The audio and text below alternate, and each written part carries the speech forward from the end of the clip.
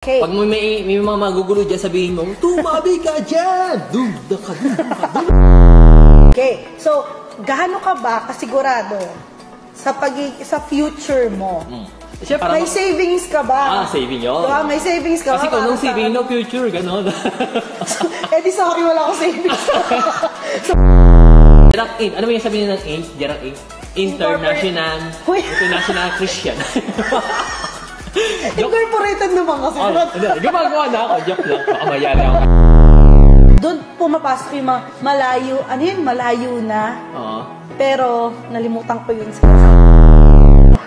Malayo na, pero, ano yun? Malapit.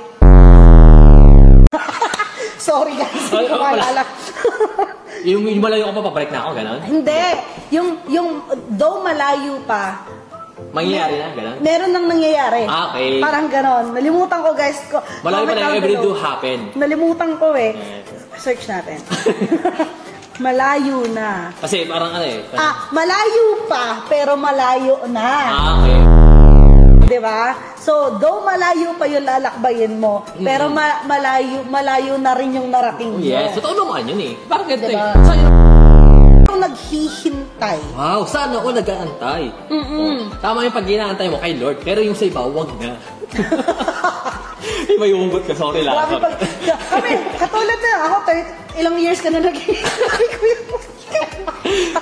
Para ganito, mag-antay ka sa tama. Sa tamang Panginoon, sa tamang Diyos. Huwag sa maling tao.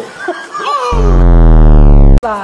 So, kung ikaw, kapatid, is someone who has... if you Dito kung saan si Jesus ang sentro, usapang Kristiyano, Direkto!